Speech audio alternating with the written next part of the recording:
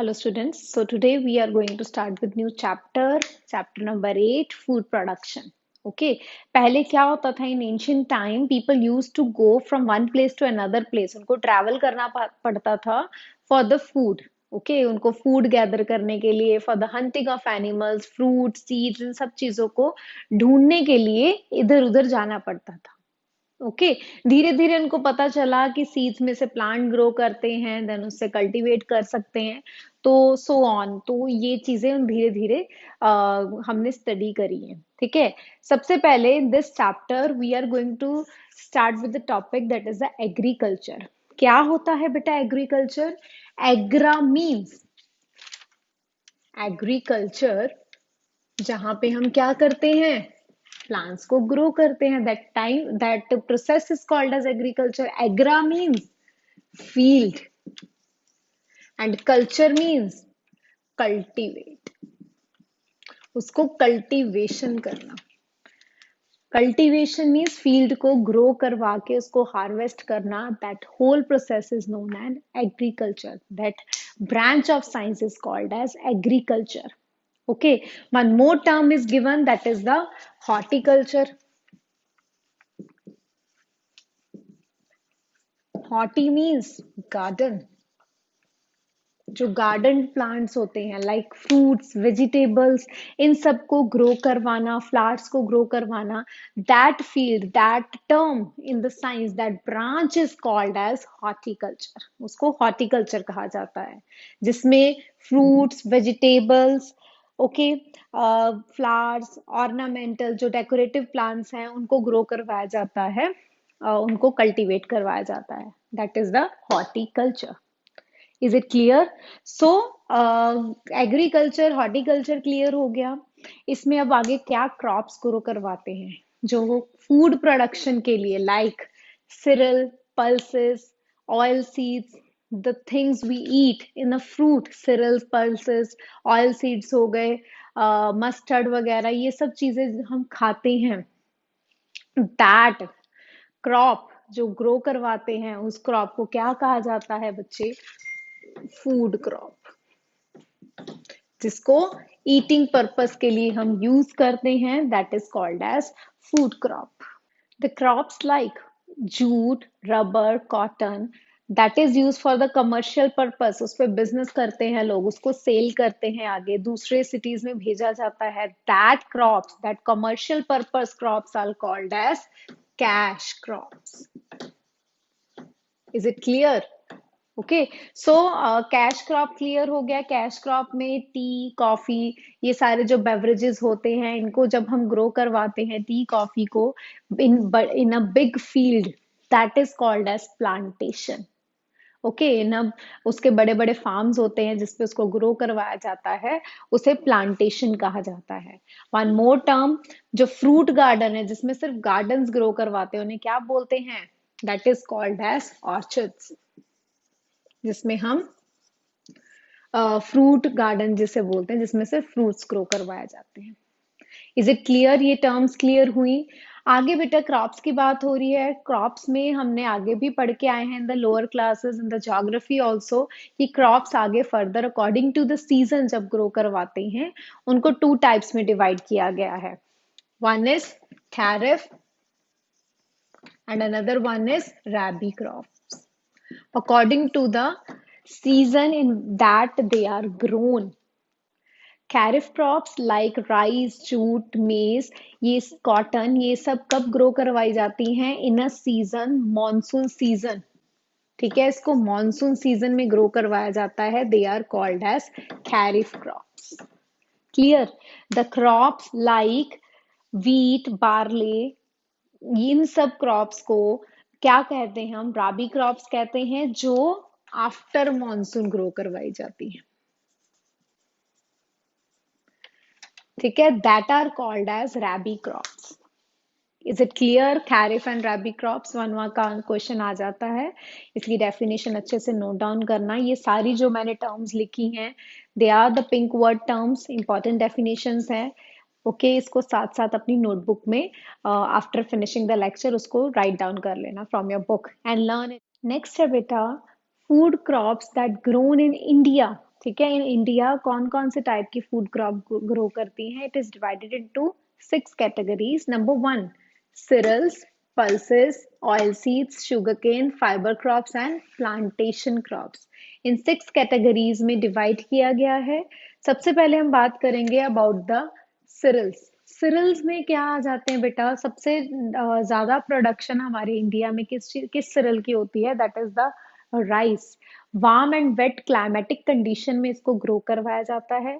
ठीक है, in India. Okay, सो सबसे ज्यादा राइस की प्रोडक्शन होती है, जिसको इंडिया में ज्यादा यूज किया जाता है in overall India, in all areas. Okay, second है बेटा वीट. वीट कहाँ पे मेनली प्रोड्यूस किया जाता है? कहाँ इसकी ज्यादा कल्टीवेशन होती है? Into the northern side.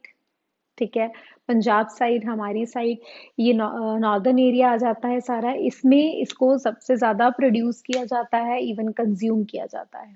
Okay, यहाँ पे सबसे ज्यादा ये क्रॉप ग्रो होती है. नेक्स्ट आ गया मेज. मेज भी overall in another part of the country, also in the northern part, maize को ग्रो करवाया जाता है in overall India. Okay, next आ गया मिलेट्स. मिलेट्स क्या होते हैं? Like the crops bajra, jowar, ये सारे मिलेट्स क्रॉप हैं जो कि डिफरेंट एरिया में इनकी प्रोडक्शन की जाती है, इनको ग्रो करवाया जाता है. इन इन ओवरऑल इंडिया की बात करें, इन ओवरऑल कंट्री में इन सब क्रॉप्स को ग्रो करवाया जाता है, जिसको हम अपने फूड में कंज्यूम करते हैं. ज्यादा से ज्यादा they are called as cereals. Next आ गया बेटा पल्सेस. पल्सेस में सारी क्या आ जाती है? मेनली दालें, ल्यूमिनस प्लांट आते हैं. The plants that contains pod.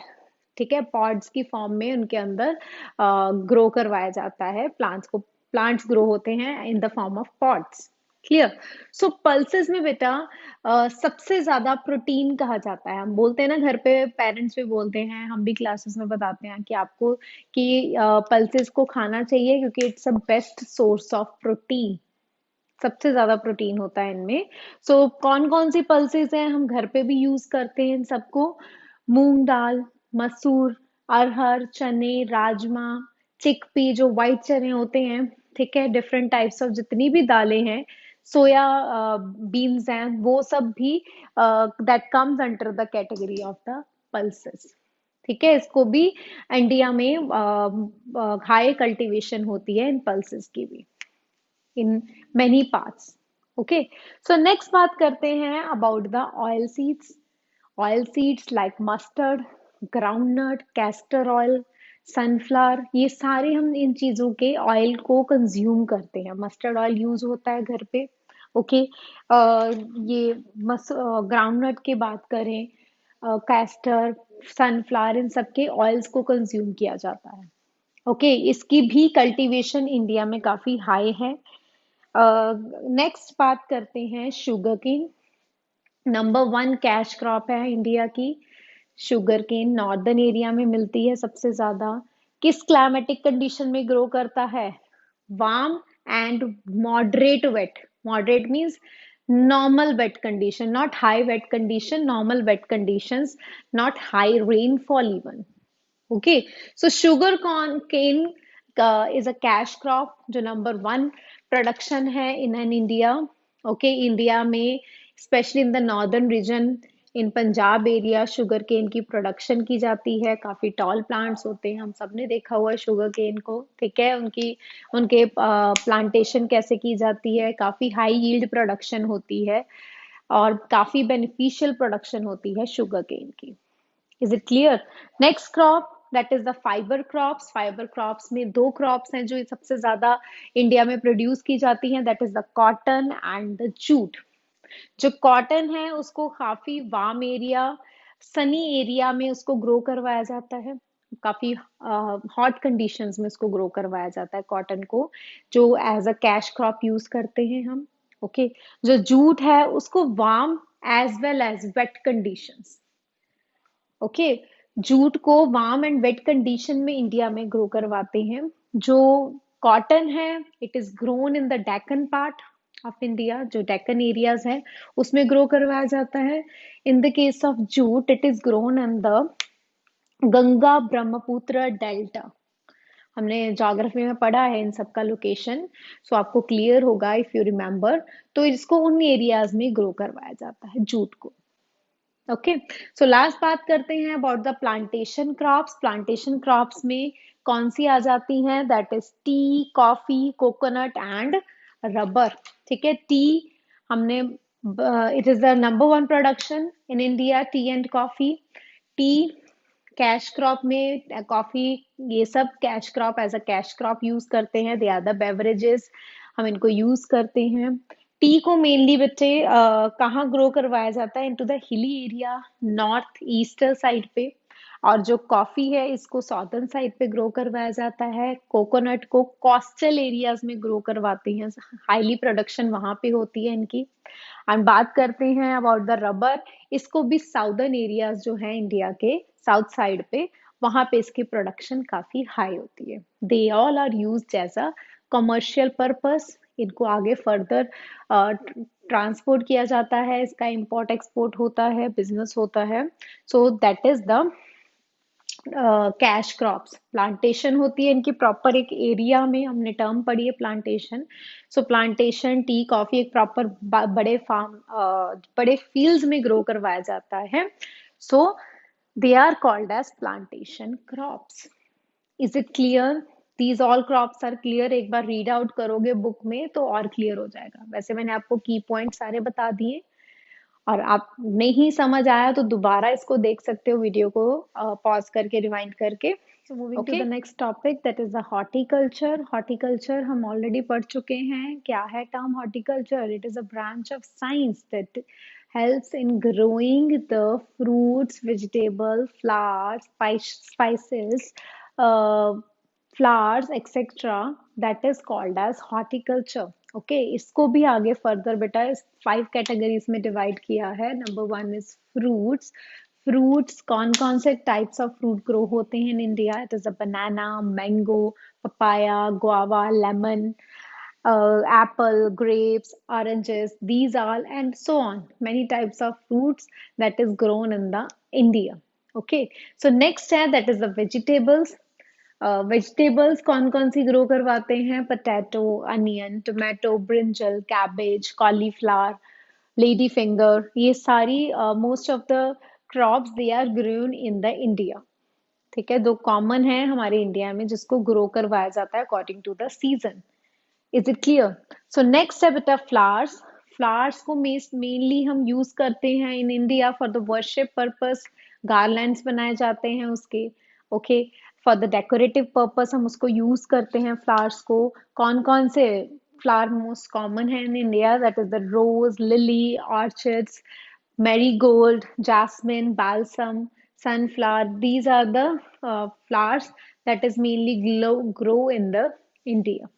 Okay, next आ गया बेटा spices. Spices, ginger, garlic, okay, इन सबको।